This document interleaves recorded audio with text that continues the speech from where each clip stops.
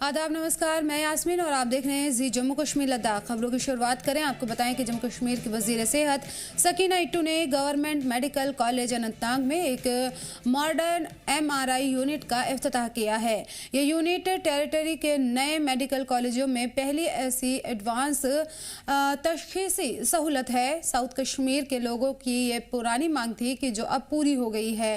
MRI unit जल्द ही मुकम्मल तौर पर काम शुरू करेगी, जिससे इलाके के लोगों को बेहतर मेडिकल जांच की सहूलत मिलेगी। इस मौके पर वज़रा ने 3 मॉड्यूलर ऑपरेशन थिएटर और एक मॉडर्न विक्ट्रोटोमी मशीन भी आवाम के नाम की है, जिससे सर्जरी और ख़ास तौर पर आंखों के इलाज में बड़ा इजाफा होगा। GMC अनंतनाग की principal professor doctor Rukhsana Najeeb ने हुकूमत का शुक्रिया अदा किया और कहा है कि इससे साउथ कश्मीर और पीर पंजाल के लोगों को बड़ा फायदा पहुंचेगा। लेकिन मैं अल्लाह का शुक्र करती हूँ, मैं खुद मुझे आज सही में मेरे पास अल्फाज नहीं है कि मैं किस तरह से शुक्रिया अदा करूँ कि मेरे दूर दराज इलाके के लोग, चाहे वो ST हो चाहे वो नॉन ST हो, साउथ कश्मीर से या पीर पंजाल से, जो यहाँ पे इलाज करने आते हैं, उनकी जान हम किसी तरीके से बचा पाए। ऑनरेबल चीफ मिनिस्टर साहब की शुक्रगुजार हो, उनकी वजह से अगर वो सपोर्ट नहीं देते तो आज हम यहाँ तक नहीं पहुँचते। सरचा गांव में पिछले 10 दिनों से स्कूलों में पढ़ाई मुकम्मल तौर पर बंद पड़ी है। गांव वालों का कहना है कि टीचर्स के ट्रांसफ़र के बाद में अब तक नए टीचर्स यहां नहीं पहुंचे हैं, जिसकी वजह से बच्चों की तालीम बुरी तरह से मुतासिर हो रही है। मौके पर जब सरचा गांव के VC मेंबर्स ने स्कूलों का दौरा किया तो वहां कोई भी टीचर मौजूद नहीं मिला। हालात को लेकर गाँव वालों में काफ़ी नाराज़गी देखी जा रही है। VC मेंबर्स ने डिस्ट्रिक्ट इंतज़ामिया से अपील की है कि जल्द से जल्द टीचर्स को यहाँ तैनात किया जाए ताकि बच्चों की पढ़ाई फिर से शुरू हो सके और उनका मुस्तकबिल महफूज रह सके। भेज दिया जाए, हमारा गुजारिश है, हमारा रिक्वेस्ट है, क्योंकि इस गाँव है डिप्टी कमिश्नर राजौरी अभिषेक शर्मा ने प्रेस कॉन्फ्रेंस करके ज़िले में ज़रूरी अशिया की दस्तयाबी का जायज़ा लिया। उन्होंने बताया कि ज़िले में LPG, पेट्रोल और डीजल की फराहमी मुकम्मल तौर पर बगैर रुकावट जारी है। इंतज़ामिया स्टॉक की सूरत हाल पर लगातार नज़र रखे हुए है। डिप्टी कमिश्नर ने आवाम को यकीन दिलाया कि ज़िले में ईंधन की कोई किल्लत नहीं है और लोगों से अपील की है कि अफवाहों पर ध्यान न दें और घबराहट में ख़रीदारी से गुरेज करें। मीडिया के सभी साथियों को बहुत बहुत धन्यवाद कि आज की इस प्रेस वार्ता में आप हमारे साथ जुड़े हैं।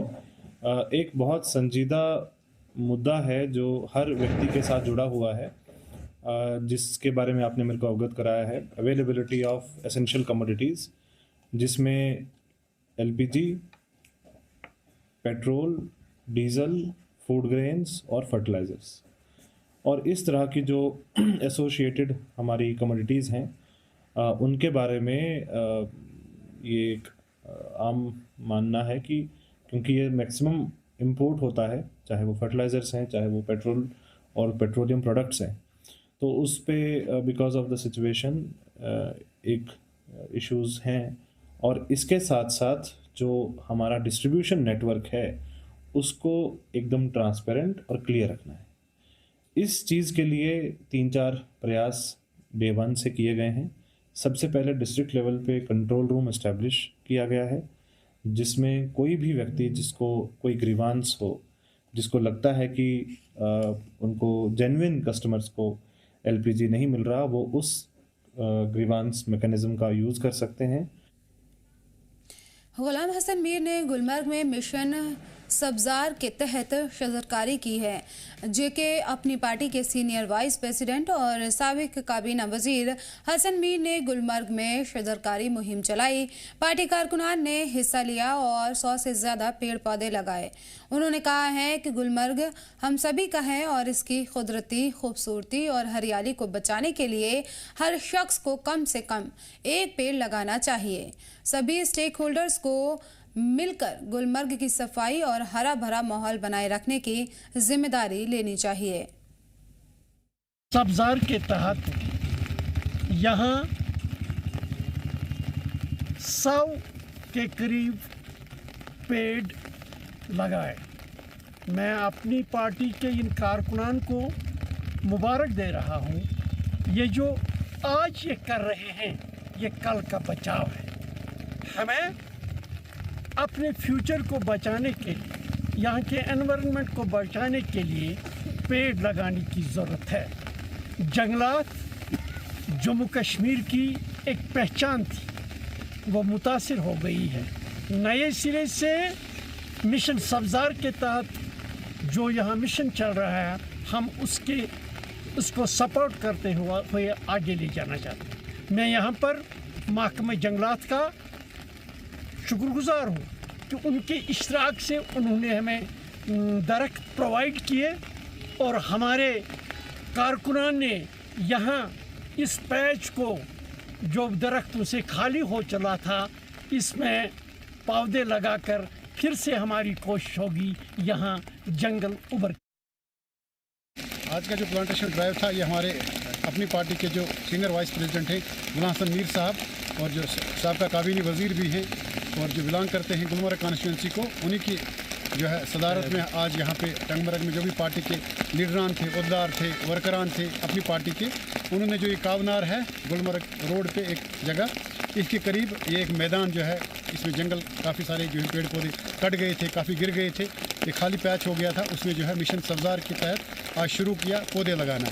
और इंशाअल्लाह उम्मीद यही है कि ये एक तो जो आज का मिशन है, ये हर फ्राइडे इंशाअल्लाह 10 पौधे 100 पौधे हम लगाया करेंगे।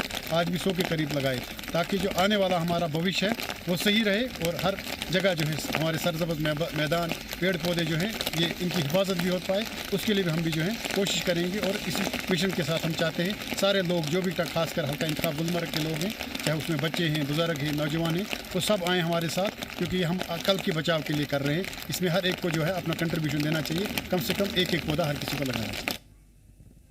कारवान इस्लामी इंटरनेशनल के चेयरमैन शेख गुलाम रसूल हामी ने बनिहाल की कारवान पंचायत में वाक़ पीर दस्तगीर दरगाह का दौरा किया, जहां उन्हें बड़ी तादाद में माहिर और मुरीद मिले। उन्होंने कहा कि बनिहाल के लोग अपनी ईमानदारी और बंदगी के लिए मशहूर हैं। उन्होंने नशे और शराब के ख़िलाफ़ में कड़ा कानून बनाने की ज़रूरत पर जोर दिया और नौजवानों को बर्बादी से बचाने की अपील की है। उन्होंने कहा कि जम्मू कश्मीर की मईशत केवल सैर सपाटे पर मुनहसर नहीं है और कोई भी मजहब नशे की इजाज़त नहीं देता। उन्होंने कश्मीर को ऋषियों और संतों की धरती बताते हुए भाईचारे, शांति और मोहब्बत पर चलने की सीख दी। यहाँ पर आज जो है हमारे डॉक्टर गुलाम रसूल हामी साहब आए हुए थे, तो आप बखूबी जानते हैं उनके बारे में। तो यहाँ पे आज हमारे डिपार्टमेंट की तरफ से, वक्फ बोर्ड की तरफ से तमाम डिपार्टमेंट्स को डायरेक्शंस ऑलरेडी मिल गई थी। तो जो भी है, चाहे सिक्योरिटी के हवाले से हो या पानी के हवाले, साफ़ सफाई के हवाले से हो, तमाम डिपार्टमेंट्स को हमने लेटर ऑलरेडी सर्व किया था।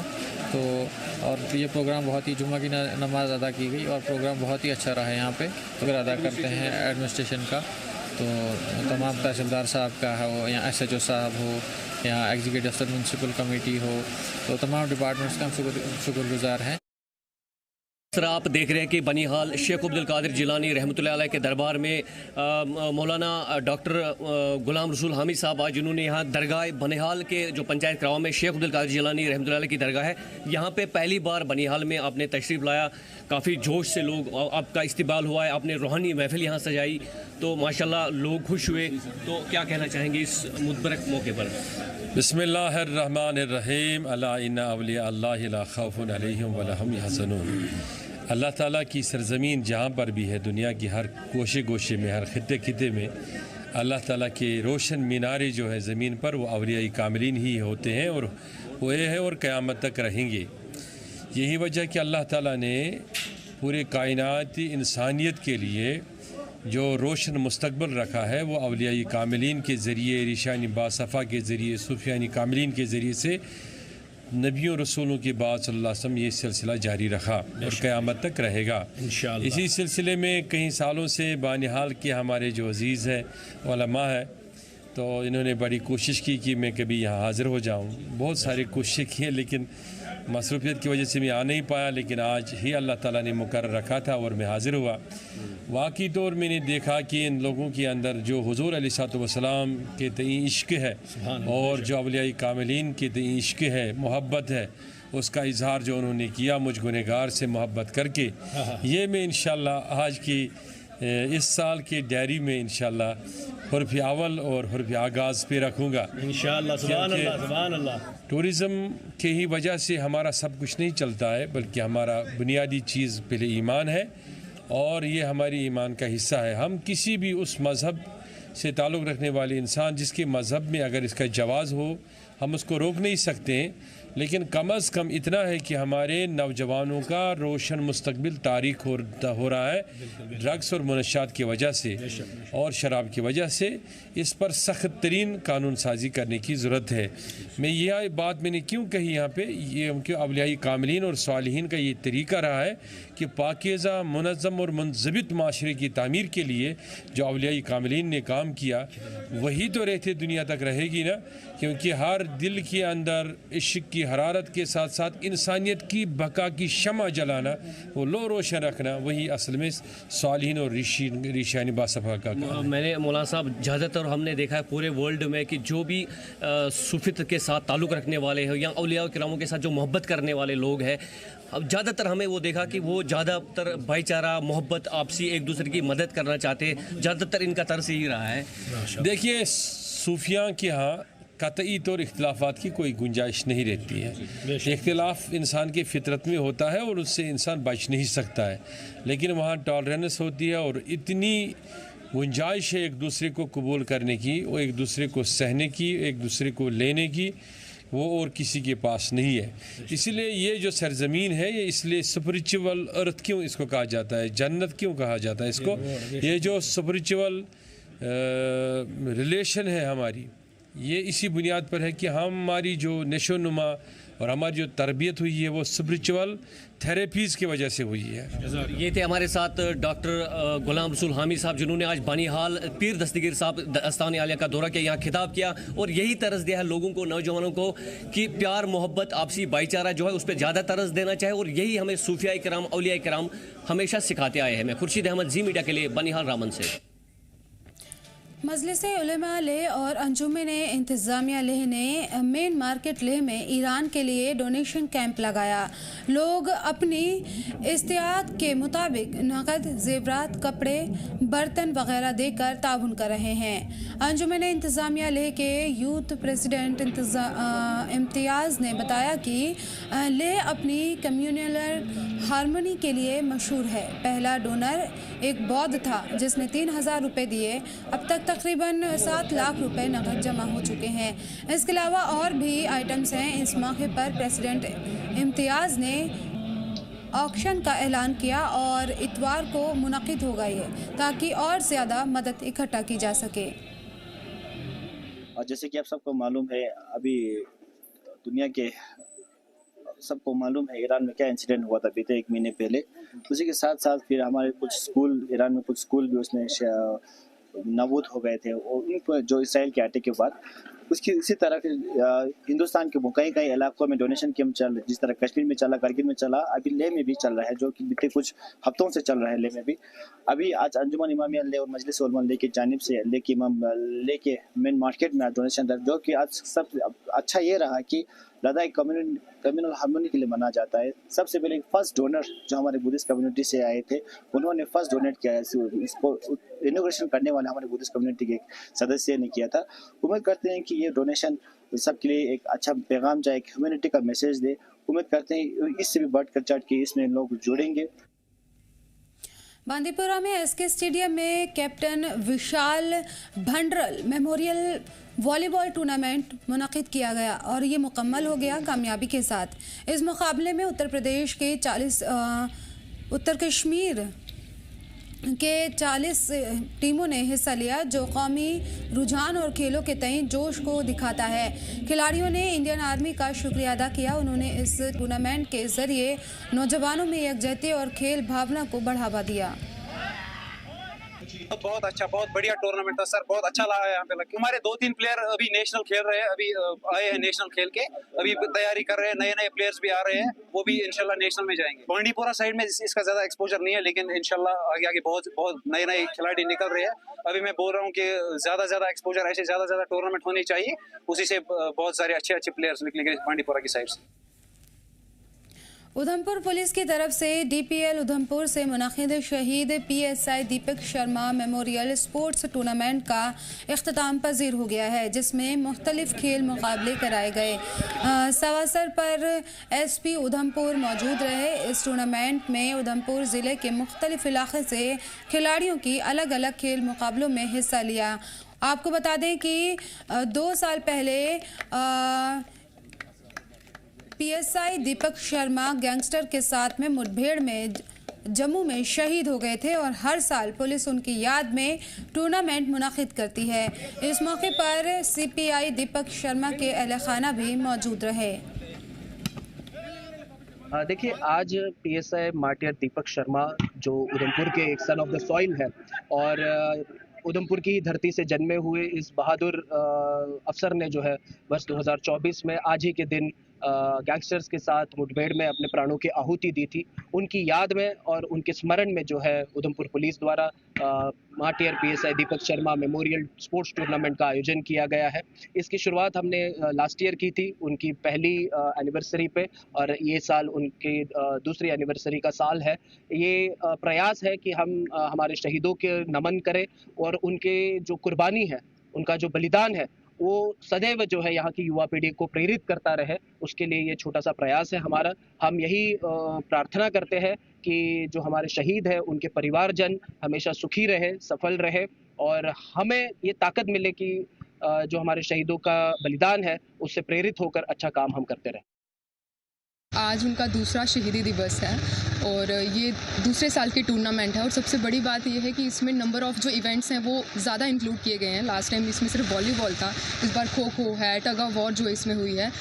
इसमें ये सिर्फ स्पोर्ट्स टूर्नामेंट नहीं है, इसके पीछे एक बहुत बड़ा मैसेज है कि नशा मुक्त भारत का, जिसके खिलाफ भैया लड़ रहे थे और उन्होंने अपना बलिदान दिया है। तो आज जब ये टूर्नामेंट ख़त्म हो रही है, इसके साथ साथ हमें ये मैसेज हर घर लेके जाना है कि हमें नशा मुक्त भारत की तरफ बढ़ना है, क्योंकि स्वच्छ जीवन, साफ़ सुथरा जीवन जीने में ही वो मज़ा है जो किसी और में नहीं आ सकता है आपको। तो ये बहुत ही अच्छा एक टूर्नामेंट करी जा रही है, इससे बच्चों को भी बहुत अच्छा संदेश जाता है और मैं बहुत गौरवान्वित महसूस कर रही हूँ कि मेरे भैया के नाम पे ये इतना बड़ा टूर्नामेंट किया जा रहा है और हर साल ये टूर्नामेंट होगा और बच्चे जो है इसका फ़ायदा उठा सकते हैं, अपनी स्किल को शार्पन कर सकते हैं और आगे बड़े बढ़ावा जा सकते हैं। बडगाम के ओमपोरा में लोगों ने पीडीडी के खिलाफ में बिजली की कटौती को लेकर शदीद एहतजाज किया। उन्होंने कहा कि लगातार बिजली कटौती से लोगों को तकलीफ और इलेक्ट्रॉनिक सामान को नुकसान हो रहा है। उन्होंने इंतज़ामिया से लगातार बिजली कट पर कंट्रोल करने और इस मामले को फौरी हल करने की मांग की। 25 में उन्होंने चालू किया, जिसके लिए हमें 10-15 साल पहले इंतजार करना पड़ा, लेकिन जब से रजिस्ट्रेशन चालू हुआ तब से लेकर आज तक हमें सिर्फ मुश्किलात का, चाहे वो विंटर हो या समर हो या कोई भी सीजन हो, मतलब जब से ये शुरू हुआ है हमें बिजली 10 ट्राई 15 ट्राई जब ये मतलब इनको लगाना होता है, तो जब शिफ्ट के हिसाब से इनको चालू करनी होती है बिजली, तो इनका जो है फीडर चालू करना होता है, इनका जो ट्रिप लगाना होता है, 10 या 15 अटेम्प्ट के बाद इनको ये होता है कामयाब। हमारे जो फ्रिज घर में थे, वॉशिंग मशीन थे या कोई भी होम अप्लायंसेस था, गीजर वगैरह, वो सारे तबाह हो चुके हैं, जिससे हमें पूरे इलाके को नुकसान हो चुका है अब तक।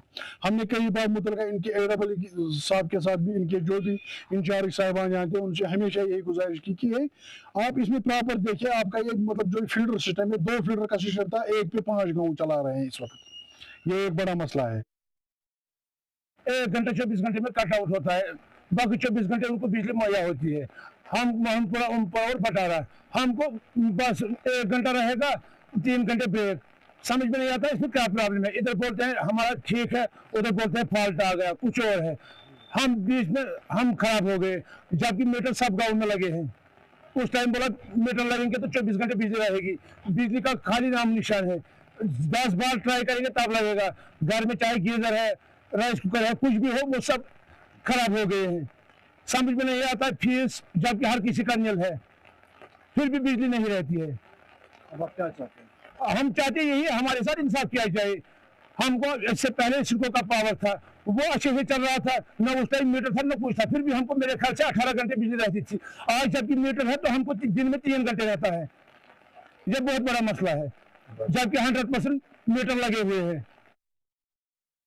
ओमपुरा बड़गाम के लोगों ने महकमे PDD के खिलाफ एक एहतजाज किया और इस एहतजाज में वो मांग कर रहे थे कि ओमपुरा इलाका जो है ये 100% मीटर्ड इलाका है, लेकिन उसके बावजूद जो है यहाँ पर पावर कर्टेलमेंट्स देखने को मिल रही है।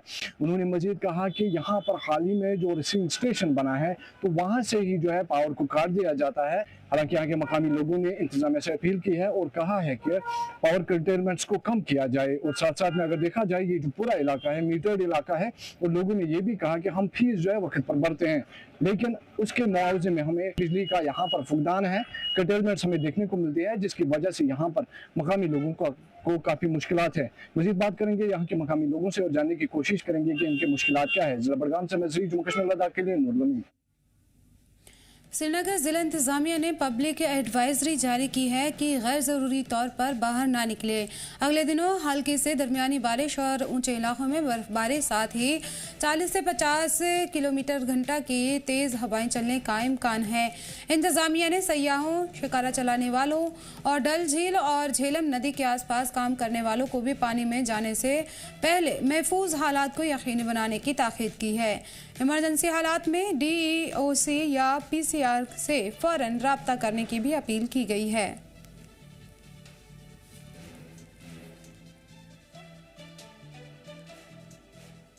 पिछले कुछ दिनों से बार बार मौसम का मिजाज बदल रहा है। महकमा मौसमियात के मुताबिक आज और कल बारिश का इम्कान है। कुछ इलाकों में सुबह से ही बारिश हो रही थी। कल सुबह जो बारिश हुई और लोग बारिश से बचने के लिए छाते का इस्तेमाल करते हुए नजर आए थे। घरों से बाहर निकलने के लिए भी लोगों को कहा गया है कि एहतियात बरतें। बारिश और बर्फबारी से एक बार फिर से लोगों को सर्दी का एहसास हो रहा है। लोगों का कहना है कि मौसम का पता नहीं चल पा रहा है। उन्होंने कहा कि मार्च अप्रैल में गर्मी का एहसास होना शुरू हो जाता था और अब ये नहीं पता चल पा रहा है कि गर्म कपड़ों का इस्तेमाल करें या फिर सर्दी वाले कपड़े का।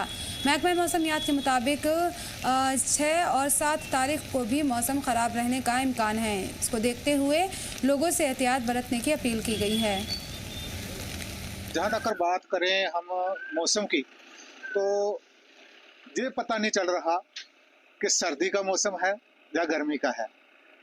2 दिन धूप निकलती है तो मौसम जो है गर्म हो जाता है, पंखे लगा देते हैं लोग, और अगले दिन बारिश हो जाती है और बारिश से दोबारा जो गर्म कपड़े हैं वो निकालने पड़ते हैं, फिर कंबल ओढ़ने पड़ते हैं, रजाइयाँ ओढ़ने पड़ती है। अब ये पता नहीं लग रहा कि मौसम सर्दी का है या गर्मी का है। बिल्कुल आज भी बारिश थी, कल भी, पिछले दिन भी बारिश थी, रोज बारिश हो रही है और बारिश की वजह से मौसम का बिल्कुल कोई पता नहीं लग रहा कि इस टाइम मौसम सर्दी का है या गर्मी का है। ये जो बेमौसमी बारिश हो रही है सर, ये कन्ने एक तो फसल का नुकसान बड़ा, तो जो मौसम ठंडा तो हो गया, लेकिन ठंडे कन्नै सानू किसानें नुकसान बहुत हुआ है। जी पहली 2-3 बारिशां पईयां ना उहदे कन्नै भी जी गेहूं थल्ले लम्मे पेई दी है। इहदी हुण जी बाद बारिश हो रही है, इहदे कन्नै बड़ा नुकसान होया ते डिग्गा दी भी हालत खराब हो। जिस तरह से मौसम विभाग ने पहले से ही भविष्यवाणी की थी कि आज और कल जो है वो बारिश रहने वाली है, आज सुबह से ही अगर हम बात करेंगे, सुबह से ही बारिश का मौसम जो है वो रहा और सुबह से ही बारिश हो रही थी और बीच बीच में बारिश जो है वो कहीं ना कहीं रुक भी रही है और लोग जो है कहीं ना कहीं बारिश के बीच जो है वो छाते का प्रयोग कर रहे हैं और बारिश से बचने के लिए। वहीं अगर हम बात करेंगे, ये बारिश जो है वो बेमौसमी बारिश जो किसानों के लिए जो है नुकसानदेह भी है और किसानों का कहना है लगातार बेमौसमी हो रही बारिश के कारण किसानों को जो है इस समय नुकसान है, क्योंकि इस समय बारिश की जरूरत तो नहीं थी, मगर अगर बारिश होती है, बारिश से किसानों की जो फसलों की जो ग्रोथ है और उसमें कमी आएगी और इस समय जो है कि आने वाले दिनों में किसान जो है गेहूं की फसल की कटाई करेंगे, मगर बारिश होना उनके लिए जो है कहीं ना कहीं ये निराशाजनक है और किसानों ने जो है कि ये कहा है कि हम जो है कि ऊपर वाले से यही जो दुआ करते हैं कि बारिश जो है वो नहीं हो, और मगर कहीं ना कहीं मौसम विभाग ने जो है कि पहले से ही चेतावनी दी है कि मैदानी इलाकों में जो बारिश का दौर जारी रहेगा और इसी के साथ साथ पहाड़ी इलाकों में बर्फबारी होगी। और इसी के साथ साथ अगर आने वाले दिनों में जो है अगर हम बात करेंगे, आगे आने वाले दिनों में कल भी जो बारिश के आसार बताए हैं और 6 और 7 तारीख को भी मौसम जो है इसी तरह से रहने की उम्मीद जताई है। फिलहाल इस बुलेटिन में इतना ही, मुझे दीजिए इजाज़त और आप देखते रहिए जी जम्मू कश्मीर लद्दाख।